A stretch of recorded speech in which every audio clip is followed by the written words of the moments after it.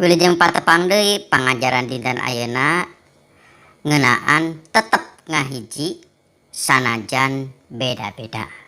Gusti Allah teh resep pisan kana perbedaan. Buktosna naon? Cing cobi urang tinggal ramo urang teh teu aya nu sarua. Teras rupa urang oge teu aya nu sarua. Sifat urang oge teu aya nu sarua. Kitu deui lauk di laut rupa-rupa. Sato di darat oge rupa-rupa. Tutumbuhan jeung kekembangan warna-warni, rasa unggal kadaharan beda-beda. Naon kapalai Gusti Allah ka sakabeh makhluk ciptaanana? Hirup rukun sauyunan, ulah parasea, ulah silih gorengkeun, ulah sok ngahina ka sasama, sabab sing saha nu wani-wani ngahina ciptaanana sarua jeung ngahina kanu nyiptakeunana. Kumaha ari kaayaan nagara Indonesia?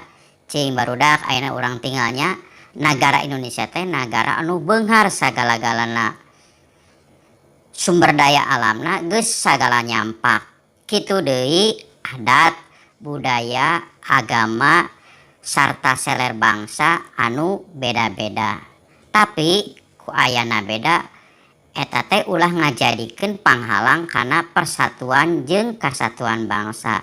Tah barudak urang teh sabenerna kudu reueus atawa bangga sabab urang teh ngabogaan dasar nagara nyaeta Pancasila.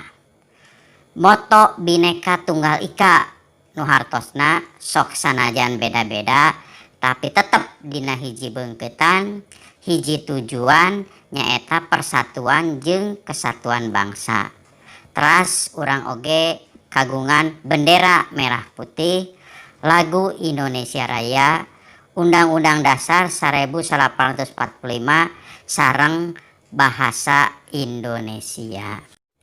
Ayeuna Bapa bade nyobi macakeun hiji puisi anu judulna Bhinneka Tunggal Ika. Wilujeng ngupingkeun. Tatapakan nu mimiti diadegeun Pancasila jeung Bhinneka Tunggal Ika anu diguar ti budaya Nusantara kabeh warna kawadahan. Sanggeus sakitu lila loba nu teu pati mirosea.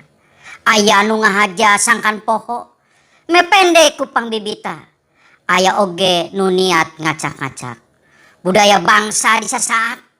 Sangkan beuki lila beuki beak budaya bangsa jadi ruksak. Aya oge nu niat hayang sarua. Sangkan tembang di taman jadi sawarna. Tapi Maha Pancipta geus nyipta yen eusi dunya kudu beda-beda. Ulah maksa sangkan batur sarua kawas andika. Tah eta barudak salah sahiji puisi anu judulna Bhinneka Tunggal Ika.